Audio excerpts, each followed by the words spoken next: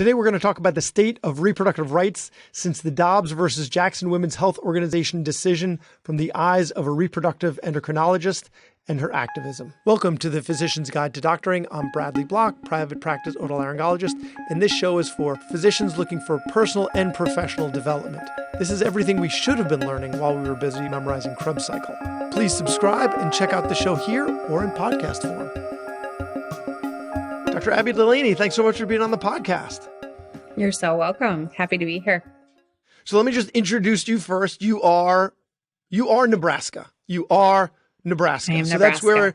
that's where you grew up. You're a board certified reproductive endocrinologist, Nebraska native, Creighton University for college, in Omaha, med school and residency, University of Nebraska. You left very briefly to do your reproductive endocrinology fellowship at the Mayo. And now you are back in Omaha at your practice, which is Heartland Fertility, right? Appropriately named. Yeah. Yep. Absolutely. That is my story. I have not swayed far away. Yeah. I can't say I blame you. I grew up in New York, grew up on Long Island. Never thought I'd end up back here, but I strayed for a little while and, close to home. It's, hard to get away. Yeah. So we're going to be talking about the intersection of infertility and abortion, because it's something that's really important for all physicians. We were talking about before the show, all physicians to be aware of what's going on here, because it affects our families, it affects our patients, our communities, and it's an obligation as a physician. People look to us. We need to be aware of this, even if you're an interventional radiologist, even if you're a head and neck oncologist. This is stuff that you should be aware of. So that's what we're going to be talking about. So as Nebraska, just talk a little bit about how abortion and Roe v. Wade are being discussed in your community. So, first of all, there's lots of things happening in Nebraska. So I will start by talking about a little 9 months ago. In the past legislative session, there was a bill that was a trigger bill that came out and was proposed prior to the draft leak of the Dobbs decision.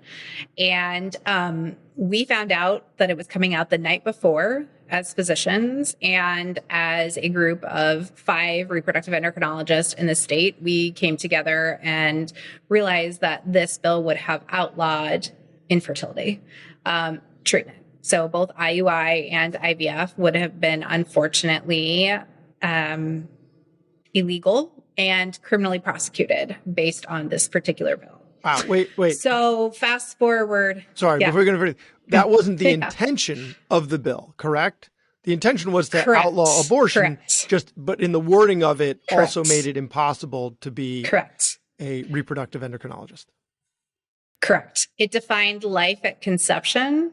And so because it defined life at conception, and it also defined termination of that life, even if it was a non-viable life, as criminally liable. So ultimately, I will talk a little bit tonight about kind of the process of IVF, but when we do IVF, we are taking sperm and egg and we are uniting it outside of the body. And we know from studies on IVF, as well as just natural fertility studies, that really only of the embryos that are created outside the body, only 50% of them at best make it to the point where they can implant in the uterus.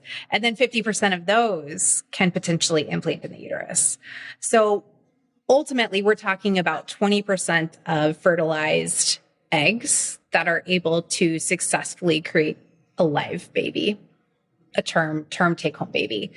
And so ultimately, we know that because we're scientists and we study the data, and we know that IVF is we are seeing what's happening in fertility real time because we're looking under a microscope and we're actually visualizing it.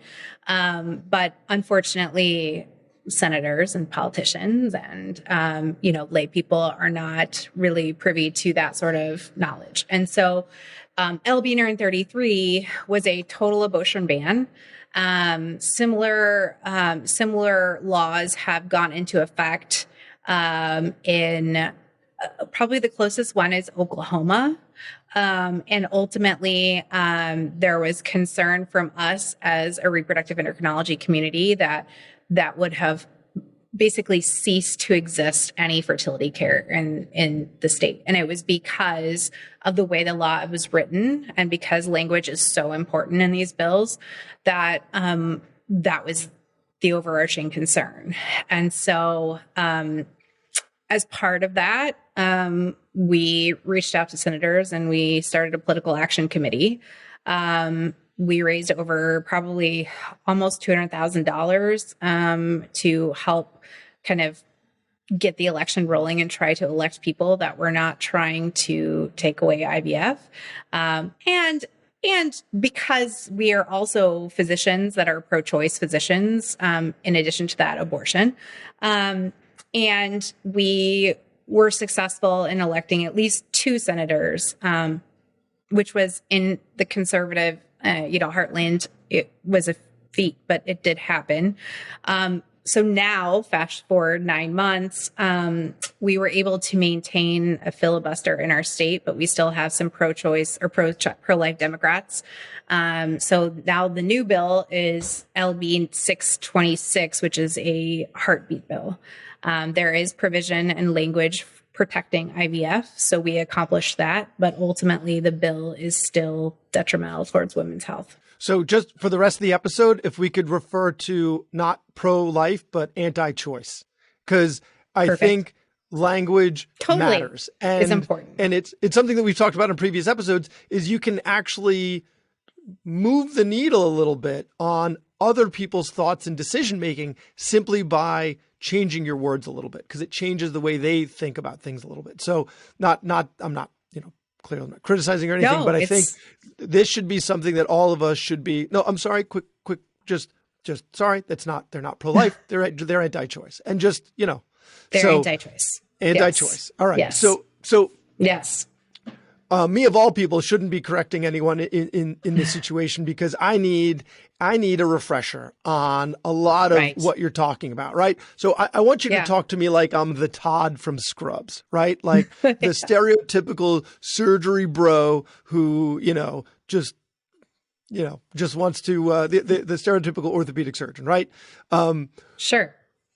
So what do we need to know biologically? And let's start with definitions. Like what's an embryo, what's a fetus, and go from there. Sure. Okay, so traditionally, embryo is defined up until about the 11th or 12th weeks of pregnancy. So really that first trimester. But it can be anything from fertilization, so egg and sperm kind of united, all the way up until that kind of through that first trimester. The fetal period of pregnancy really is defined post that first trimester. So basically into the second trimester and beyond.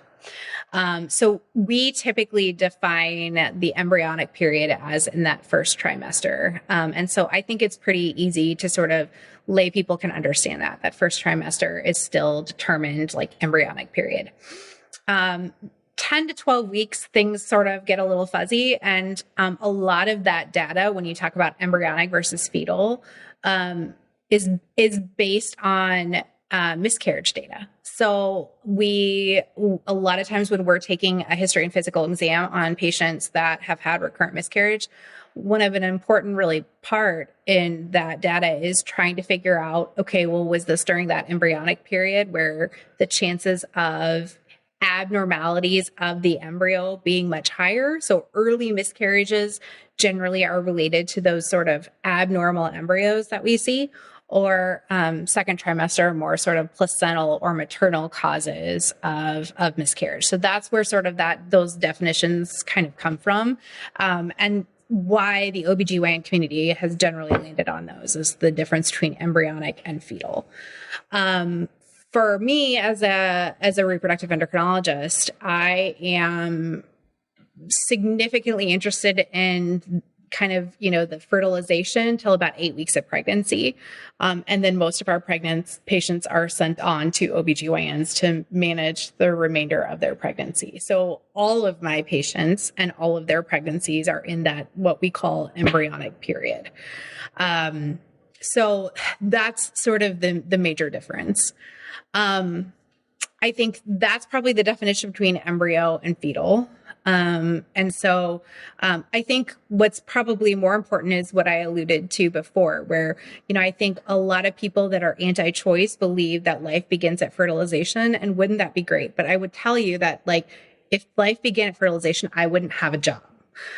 We as humans are very inefficient at reproduction. We don't do it well. And only 20% of those early embryos that we make will end up being sort of a live born fetus. Once you get to the point of like about 6 weeks, even at 6 weeks, there's still about a 15 to 20% chance of miscarriage. Once you get to about 12 weeks, there's about a less than 10% chance of miscarriage. And once you get to about kind of 15 weeks, there's a less than 1% chance. But the bottom line is we are very inefficient at reproduction. And ultimately, that is why sort of these laws fall short from a scientific perspective, that, ultimately what your religion may say and what you may be taught in church and in your community, it does not actually win out scientifically. Wow. Yeah. Okay. Okay. Yeah. Are you feeling burned out? We all get into at least a little bit of a rut, or a big one. Are you looking for something to spice things up? Do you remember how exciting it was to start med school or residency or that first job? Locum tenens could be a great way to get yourself out of that rut and get as excited as you were back then. Do you have questions about locums? I do. Locumstory.com has the answers from physicians like us. They have locum trends for each specialty, ways to compare different locums agencies. Locumstory.com is a great place to start. So visit locumstory.com today to learn more about locum tenens and see if it's right for you. So what about the definition of an abortion, right? Because I think the way it's defined legally and how it's defined medically aren't necessarily the same, right? Because a miscarriage is a spontaneous abortion, right? And so, correct. So first, let's start with the medical definition of an abortion. So the medical definition of an abortion is the end of a pregnancy, no matter how it happens, whether it happens spontaneously, whether part of it happens and not an incomplete abortion is where some of the pregnancy is dispelled, but not all of it. Some of it still remains. A missed abortion is where the pregnancy stops growing. The heartbeat is no longer, but the pregnancy has stopped developing. So in effect, the embryo or the fetus has completely passed away inside the uterus and is no longer. A septic abortion is a pregnancy that is affected by an infection in the uterus. So the medical term for abortion is the end of a pregnancy, no matter how that is completed. The legal term for abortion varies now in this great United States, varies state by state. And something we were talking about earlier was, how it's defined. There might be something written in a bill that defines it, but then there's the intention of the writers, there's the intention of the voters. And then, if there's a lawsuit, it's how it's interpreted by the judge. So, and correct. So it's not like you can go back to your Harrison's or your Stedman's dictionary and look it up, because this is a lot of just correct. Legally, it's up to interpretation. It's up to interpretation. Correct. So, that's challenging. So, okay. But there are other terms that are bandied about, right? That you hear about on the news, that are terms that we would never use because they're not real medical terms. So can you talk to us about some of the terms that the far right will say tends to use that are intentionally misleading and not medical terms? So I think the one that sort of stands out as you're saying this is this term of partial birth abortion. That doesn't exist. That's a delivery.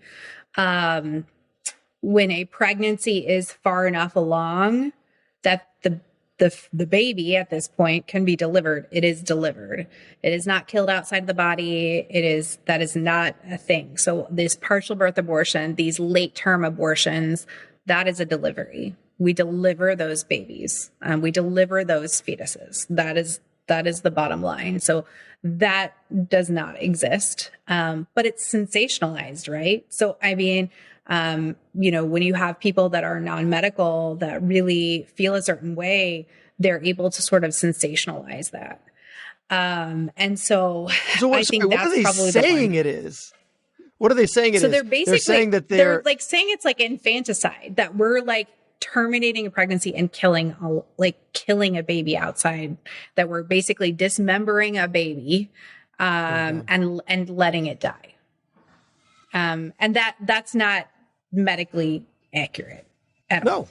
No. Well, so what's the difference between a fetus and a baby? Right? A fetus is still in the womb and a baby is outside the womb, correct? Correct. And I mean, I would venture to say that, I mean, I am not an abortion provider. So, I mean, full disclosure, like I'm a reproductive endocrinologist, right? But I would venture to say when I have spoken to sort of my family planning colleagues and my friends and colleagues that do perform terminations and abortions, 99% of these are done pre-viability. So in the obstetric community, viability of pregnancy generally comes around 22 to 24 weeks. Most hospitals have kind of a certain cutoff that they work with their neonatologist, basically saying like, can we resuscitate this baby successfully? Like if we deliver this baby, can it live outside of mom or not? And the majority have settled somewhere on this, gray zone between 22 and 24 weeks. As an obstetrician in my former life, prior to my fellowship training, I always remember that prior to this sort of nebulous 22 to 24 weeks, there is kind of a preponderance to sort of say, we're going to save mom. Like, we're going to do whatever it takes to save mom. And like, unfortunately, like if that means ending the pregnancy for mom's life, that's what we're going to do, because the baby, the fetus, cannot live outside of mom up until that point. But generally around like 22 to 24 weeks, there is a sort of frame shift, right? There's like a mind shift in obstetrician's mind. We're saying like, can I get the mom to 24 weeks because then baby has a chance? Or, how much longer can I keep the mom pregnant in order to give the fetus time to grow? And so, I think in my mind, and I think in 99% of obstetricians' mind, I believe life begins when you can live outside of your mom's body. And up until that point, unfortunately, it's just not scientifically plausible for me to be able to say that like you can successfully live outside of mom. And so we have to focus on taking care of the mother and taking care of, her body, for her overall health, her overall pregnancy, future pregnancies, her children that are living at home. And I think up until the Dobbs decision, that was what the majority of the family planning community was doing, despite, I think, sensationalized reports of partial birth abortions and things like that. I am not an abortion provider, but that I think is everyone's general consensus, was that we are doing our best to, maintain the life of the mother. We're not going to make a mother carry a pregnancy that is not going to live outside of her body, because that's putting her health at risk, and putting her uterus at risk from an infertility perspective. God, I would hate for someone to carry a pregnancy to term that's never going to live outside the body and then lose her uterus and never be able to carry another pregnancy again and have uterine factor infertility secondary to that. It's unfair and unjust. Well, then I definitely need to be having an abortion provider on the show. That is something that, watch out in an upcoming episode, because it's definitely something that we need to explore more. So let's get back to, because we've gotten a little far from infertility, right? And that's what your specialty is. That's yeah. So you spoke about some of it before, but is there anything else, any other legal changes since the Dobbs decision that affects a reproductive endocrinologist? I mean, I think the biggest thing is, I'm going to talk about three things, but the biggest thing is, so if we're creating life outside of the body, and if only 50% of the embryos that we create ever have a chance at creating a live born baby, those embryos aren't technically discarded. They pass away in the dish. But in legal terms, if you're defining a life at conception, even if they pass away in the dish, we could be held legally liable based on legal definitions of when life begins, not medical definitions, legal definitions. So that's always been the concern. The second thing that we sort of are probably going to be faced with in states moving forward, we offer new technology called pre-implantation genetic testing, where you can genetically test embryos to evaluate their karyotype. So number, caliber of chromosomes.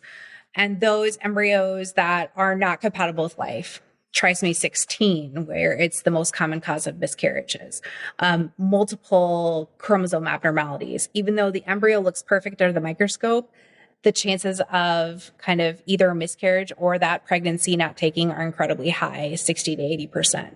So those embryos are allowed to naturally pass away. And unfortunately, the question after Dobbs is, are we going to be able to do that long term? Is there another term? Is there another term we should be using other than pass away? Right? Because if we're trying to navigate these conversations. Well, I think that like it's important though in the infertility community to sort of acknowledge that these pregnancies are really hard fought, and like even every embryo counts to them. So I use that term because I think that, infertility is incredibly emotional, incredibly difficult journey. And so you sort of have to acknowledge that, like, to my patients and many in the infertility community, they look at those embryos as potential life. And part of my job as a reproductive endocrinologist is to, number one, acknowledge that, yes, but number two, sort of bring that science home, right? And say, like, it is a potential life, but based on the data that we have and based on sort of, despite what you feel, despite your pull and tug towards those embryos, this was never going to be a take-home baby for you. And so that's why I say pass away in the dish, because I want to sort of recognize, part of this whole kind of conflict for me has been recognizing that many of my patients so desperately want this pregnancy. And I think most of us in the infertility community acknowledge that, but also have to sort of fight that knowledge that, like, as much as we want something doesn't unfortunately mean it to be true. And we have to acknowledge the science while also simultaneously acknowledging that emotional attachment, which is totally reasonable given what they've been through. And it also helps you understand the other side a little bit, right? The people that are fighting for these to all be viable babies. But that is not how human reproduction works. That's not how my job works.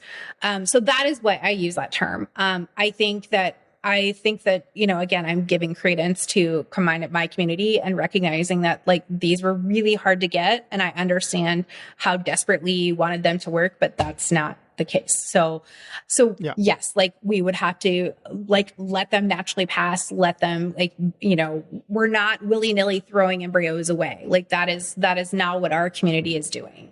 But we are recognizing the scientific limitations of human reproduction. Then, like, the third question is, if we cannot discard these embryos, if we do not allow these embryos to pass away naturally, do we have to use them all?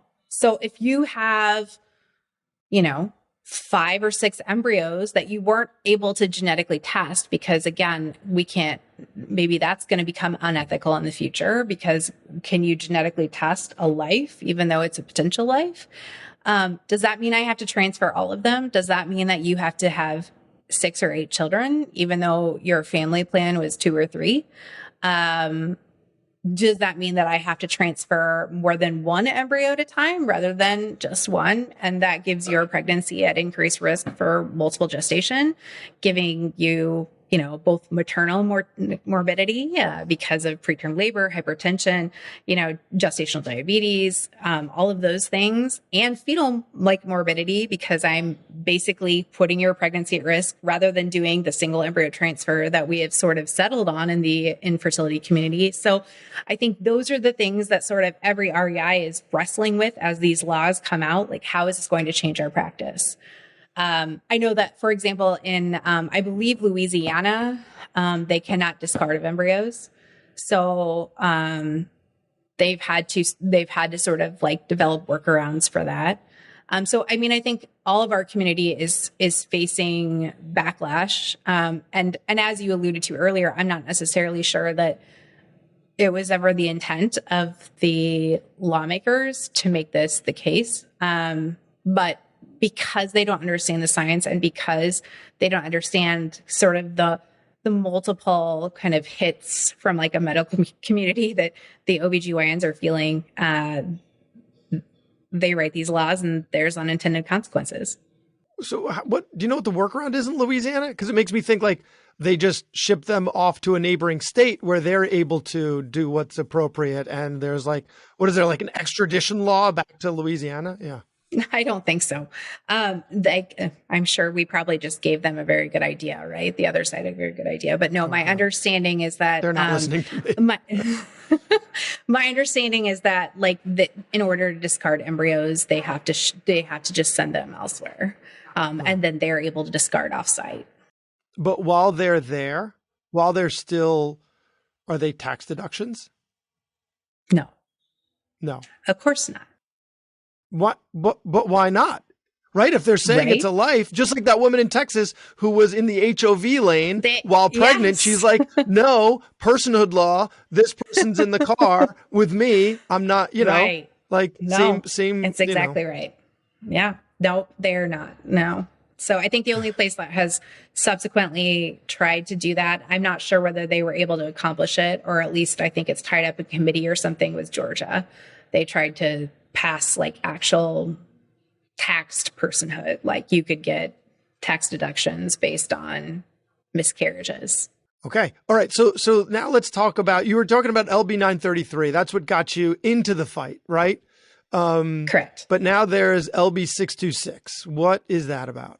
So LB 626 is it's the Nebraska heartbeat bill. It essentially defines life at conception, but makes exceptions for rape, incest, and IVF. And basically says that you can have an abortion up until the point of a visible rhythmic fetal heartbeat. And that is not defined on like a rate. It's not defined in the bill as a gestational age. It's just defined as visualization of the heartbeat. So as a reproductive endocrinologist, part of my hats is that we are specialists in first trimester obstetric ultrasound. And so generally speaking, you can see a flicker around 5 weeks, 5 days. So in lay terms, so we have electrical activity. Correct. Or a heartbeat? Electrical heartbeat. No. At that point, at 5 weeks, 5 days, it's basically a tube. So it's a long tube of cells. It is not a structurally formed heart. It doesn't actually have a 4-chamber heart till about 8 or 9 weeks. So it's not a fully functional heart. I mean, it is a conduit of, blood, and that is essentially it. But you can see as I sort of, I've, in my Instagram, you can make this happen in vitro. I mean, you can take myocardial cells, plate them in vitro, and make them rhythmic beat. And as I tell my patients, again, they see that heartbeat and it is such a wonderful moment because they worked so hard to get there. It's just that I sort of always have to tamper that with okay, but still there's a chance that this could miscarry. We have to sort of step back. I'm super excited for you, but it's not perfect. They need something. So the right correct. Needs something that will tug at heartstrings, to not use the heart redundantly here, but it's sensationalized. To that utilizes emotion, right? And so they're it's a heart, therefore it's human. That's where your soul, it's correct. It's not scientific. It's emotional. Mm-mm. Correct, and that's how they've been able to. I think in the 90s, it was coined the term abortion stops a beating heart. And that's where all of these heartbeat bills have come from, is that sort of sensationalized, political sensationalized, but it's not scientific. It's not data. It's just what they've been able to sort of determine. So, as we have been saying in Nebraska, the bill is is frustrating from a reproductive endocrinology standpoint because it defines pregnancy as in the uterus, but we, as the 5 reproductive endocrinologists in the state, we take care of all you guys of are the only 5 reproductive endocrinologists in the state? Yeah. Holy and we cow. take care of all of the, I know, see, Nebraska's, we're a small, yes, state. But my point is that like there are ectopic pregnancies that happen in the uterus. So, I mean, C-sections are ectopics, corneal ectopics. And most of those generally are not discovered until much later on in pregnancy. So most of the time they have a heartbeat. So based on this bill, it calls into question whether or not I can end that pregnancy to save the mother's life. Because the biggest problem is that the bill says basically that you can end a pregnancy if the mother's life is in danger or if a bodily organ is in danger. But as the obstetricians throughout the world and the United States have been saying and screaming, like, okay, well, like, what does that mean? Does that mean they have to be hemorrhaging? Does that mean that their hemoglobin has to be dropping and then I can intervene? Or does it mean that I can, like, define like end of life, like define life threatening? And none of the politicians can give us that answer. They just continually say to us that you'll be okay. safe. You'll be fine. You'll Correct. be fine. You're okay. Yeah. But you're not the one on the chopping block. Yeah, I am. Right. And so LB 626, it's not criminal charges, but it goes to the director of public health, which is a political employees, and basically they revoke your license, which as physicians know, you get revoked license in one state, you're going to find it very difficult to be able to practice anywhere else in the United States. This isn't, just because, this is a really big deal. And so ultimately it's very frustrating because we're sitting here saying, like, I know your intention was to stop what they call elective terminations or elective abortions, which, but like, that's not exactly what you're doing. Like, what you're doing is putting people at risk. The other very unfortunate thing is that the exceptions for rape and incest actually, because of Nebraska case law, are never actually going to win out. So in Nebraska, in order to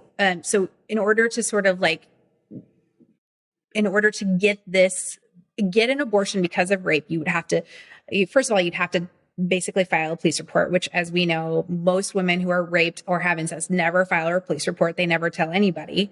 Number 2, you'd have to tell your doctor, who would have to put it in the medical record as kind of showing that, like, they're doing this abortion for rape. And then that police report would have to go through and you would have to win the case saying that you were in fact raped, which in Nebraska, only 2% of those cases actually win. And then worse, by the time that baby would have been born. It's not like the wheels of justice move quickly. Yeah, totally. And even worse, in the state of Nebraska, based on case law, you have to co-parent with that rapist. Oh my God. So these women who are fearful of their life, fearful of potentially their future children's life, or maybe their live children that they're trying to take care of, are forced with the decision of letting the rapist know that they're calling them out, because it has to become public, instead of just having an abortion to save their lives.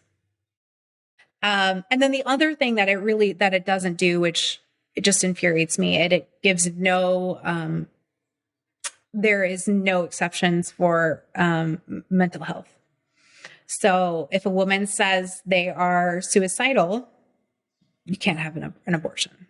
That is not enough in the Nebraska legislature's eyes. That's not considered imminent danger. Correct.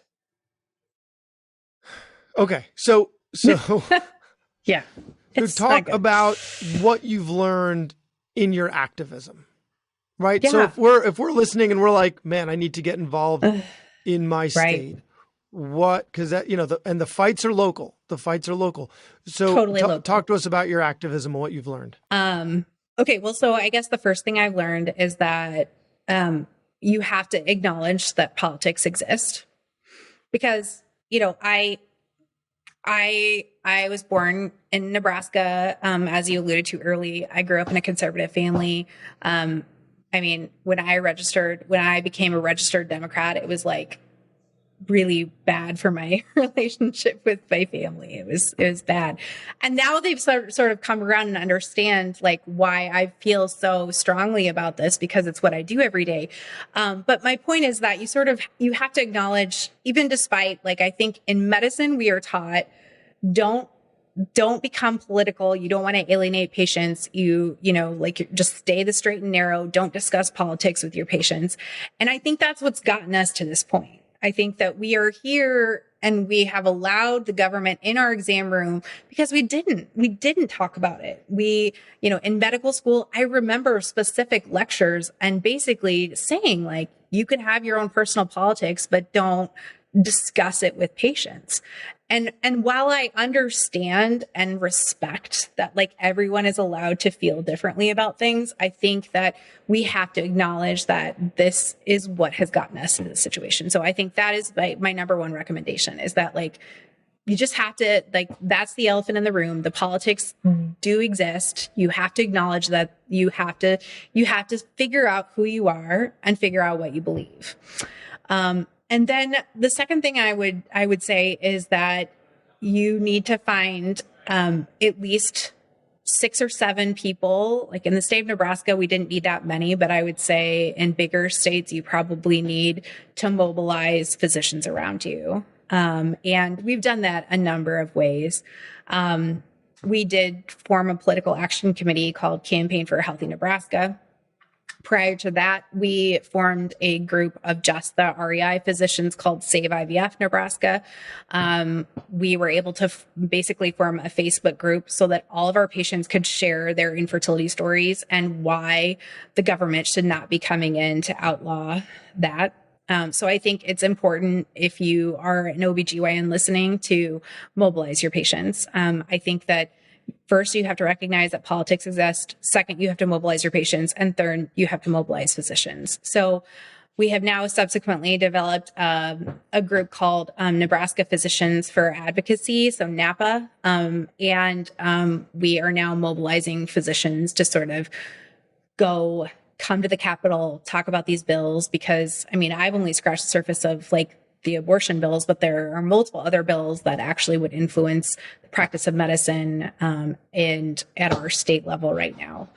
And so, you know, people are going tomorrow to talk about some other bills. And so I think if you can do 3 things, number one, recognize that politics exist, know who you are, and stand up for, you know, what you believe. Don't let, you know, your mentors who have been doing this for so long, but, you know, just kind of always live by the mantra of, like, I keep medicine and politics separate, because those have intersected where that's long gone. Find a buddy. So, you know, develop a course, like, set of kind of physicians that follow you, and then mobilize. The fourth thing that we have done is sort of create a national coalition. So when the infertility kind of concerns came up, there was a group there's about 10 to 15 reproductive endocrinologists throughout the United States that have formed a group called Doctors for Fertility. And we are now lobbying for, it's a 50C3, 503(1) and a C4 organization. So we're both a nonprofit and a political action committee, to lobby for our patients and lobby to kind of create and maintain reproductive healthcare, all comprehensive reproductive healthcare throughout the United States. So if you find yourself in a situation, whether it's, you know, neonatal hospice, and now they're making you resuscitate 20 weekers that are never going to live. Or if, you know, I'm not sure, ENT, I'm not really sure how the government, but I'm sure they could find a way to come into your practice and figure out a way. But I mean, the point is to sort of, like, get your core group of people, start in your state, and then expand sort of nationwide. Part of what we're doing with Doctors for Fertility is we're going to start an advocacy campaign where we educate other people how to get involved at their state level. And then the final thing I will say is that it's probably important to sort of reach out to some of your local legislators. I mean, I had a crash course in, Nebraska has the only unicameral left in the United States. So there are 40, that's it. There's a unicameral. It is quote unquote nonpartisan, even though it is totally partisan. But the bottom line is there is one house, and it's important to sort of understand your laws, understand how things are passed, and make sure that the politicians that are aligned with you are able to educate you, because that was a huge dilemma for me.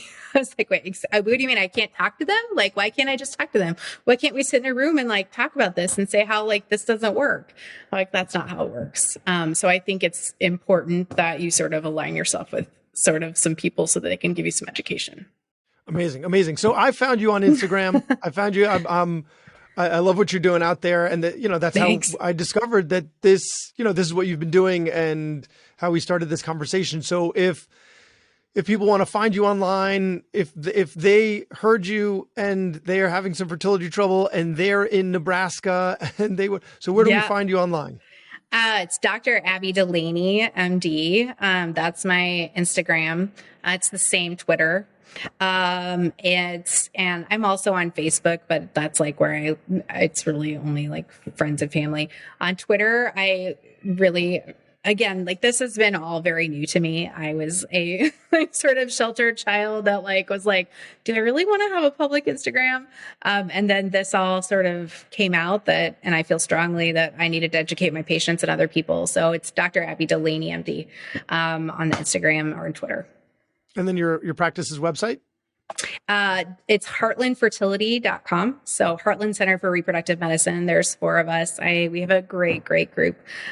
So we're all young. We're all in this together, and we all trained sort of around the same time. So it's been really fun to have them as a team. Fantastic. Well, thank you for fighting the good fight. Good luck with the fight. And hopefully this conversation mobilizes some more physicians to get out there with you. Yeah, absolutely. Thanks so much. And follow Doctors for Fertility. I think that's the one that I think, because that'll be sort of nationwide. There's going to be different kind of education events that are going to be put on. We have a really great organization that's working to sort of improve physician advocacy. Yeah. Sometimes no need to reinvent the wheel. Just find someone that's near you that's doing this already and help totally. Them.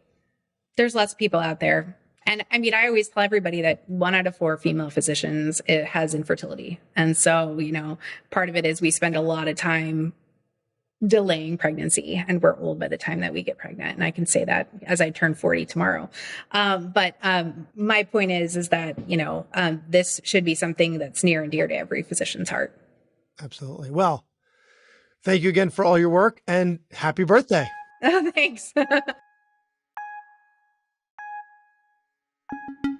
Thanks for joining us today on the Physician's Guide to Doctoring. Make sure to subscribe, follow, refer a friend, anything that'll help the word get out that I've got this great content that you love so much.